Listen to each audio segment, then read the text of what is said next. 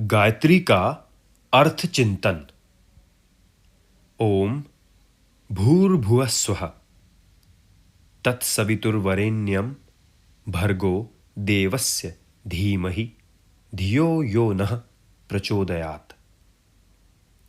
ओम ब्रह्म भू प्राण स्वरूप, भुवः दुखनाशक, स्वः सुख स्वरूप, तत् उस, सवितु तेजस्वी प्रकाशवान, वरेण्यम श्रेष्ठ, भर्गो पापनाशक, देवस्य दिव्य को, देने वाले को, धीमहि धारण करें, धियो बुद्धि को, यो जो, नह हमारी, प्रचोदयात प्रेरित करे।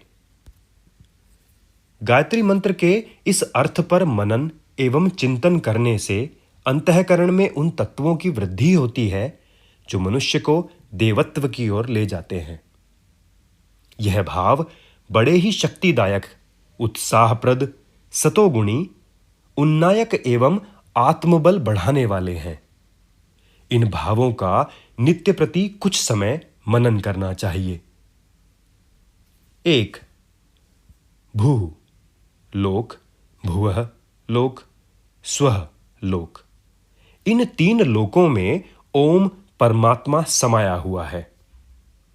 यह जितना भी विश्व ब्रह्मांड है परमात्मा की साकार प्रतिमा है। कण कण में भगवान समाये हुए हैं। सर्वव्यापक परमात्मा को सर्वत्र देखते हुए मुझे कुविचारों और कुकर्मों से सदा दूर रहना चाहिए एवं संसार की सुख शांति तथा शोभा बढ़ाने में सहयोग देकर प्रभु की सच्ची पूजा करनी चाहिए। 2.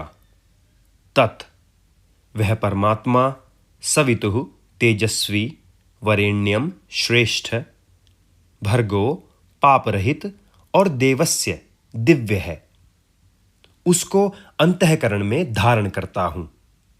इन गुणों वाले भगवान मेरे अंतःकरण में प्रविष्ट होकर मुझे भी तेजस्वी, श्रेष्ठ, पापरहित एवं दिव्य बनाते हैं। मैं प्रतिक्षण इन गुणों से युक्त होता जाता हूं। इन दोनों की मात्रा मेरे मस्तिष्क तथा शरीर के कण कण में बढ़ती है। इन गुणों से ओतप्रोत होता जाता हूं। 3. वह परमात्मा नह हमारी, धियो बुद्धि को, प्रचोदयात सन्मार्ग में प्रेरित करे। हम सबकी, हमारे स्वजन परिजनों की बुद्धि सन्मार्गगामी हो। संसार की सबसे बड़ी विभूति, सुखों की आदि माता सद्बुद्धि को पाकर हम इस जीवन में ही स्वर्गीय आनंद का उपयोग करें। मानव जन्म को सफल बनाएं। उपर्युक्त 3 चिंतन संकल्प धीरे धीरे मनन करने चाहिए। एक एक शब्द पर कुछ क्षण रुकना चाहिए और उस शब्द का कल्पना चित्र अपने मन में बनाना चाहिए। जब यह शब्द पढ़े जा रहे हों कि परमात्मा भू भुवः स्वः 3 लोकों में व्याप्त है, तब ऐसी कल्पना करनी चाहिए जैसे हम पाताल, पृथ्वी, स्वर्ग को भली प्रकार देख रहे हैं और उसमें गर्मी, प्रकाश, बिजली, शक्ति या प्राण की तरह परमात्मा सर्वत्र समाया हुआ है। यह विराट ब्रह्मांड ईश्वर की एक जीवित जागृत साकार प्रतिमा है।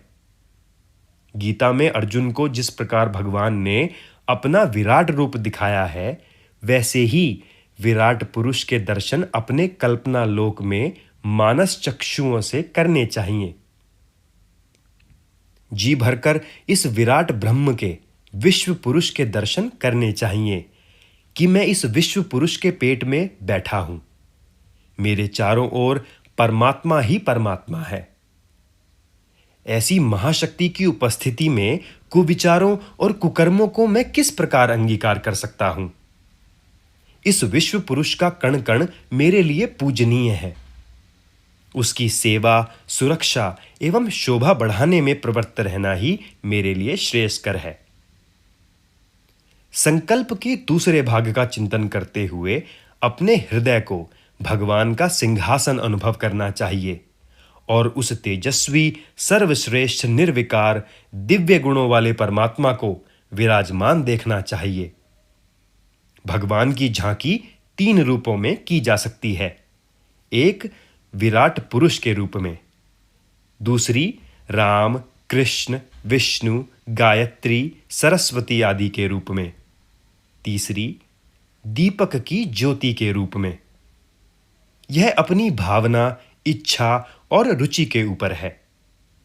भगवान का, परमात्मा का पुरुष रूप में, गायत्री का मात्र रूप में अपनी रुचि के अनुसार ध्यान किया जा सकता है। परमात्मा स्त्री भी है और पुरुष भी। गायत्री साधकों को माता गायत्री के रूप में ब्रह्म का ध्यान करना अधिक रुचता है। सुंदर छवि का ध्यान करते हुए उसमें सूर्य के समान तेजस्विता, सर्वोपरि श्रेष्ठता, परम पवित्र निर्मलता और दिव्य सतोगुणों की झांकी करनी चाहिए।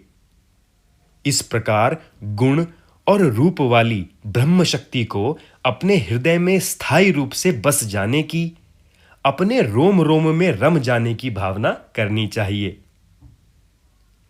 संकल्प के तीसरे भाग का चिंतन करते हुए ऐसा अनुभव करना चाहिए कि वह गायत्री ब्रह्म शक्ति हमारे हृदय में निवास करने वाली भावना तथा मस्तिष्क में रहने वाली बुद्धि को पकड़कर सात्विकता के, धर्म कर्तव्य के, सेवा के सतपथ पर घसीटे लिए जा रही है।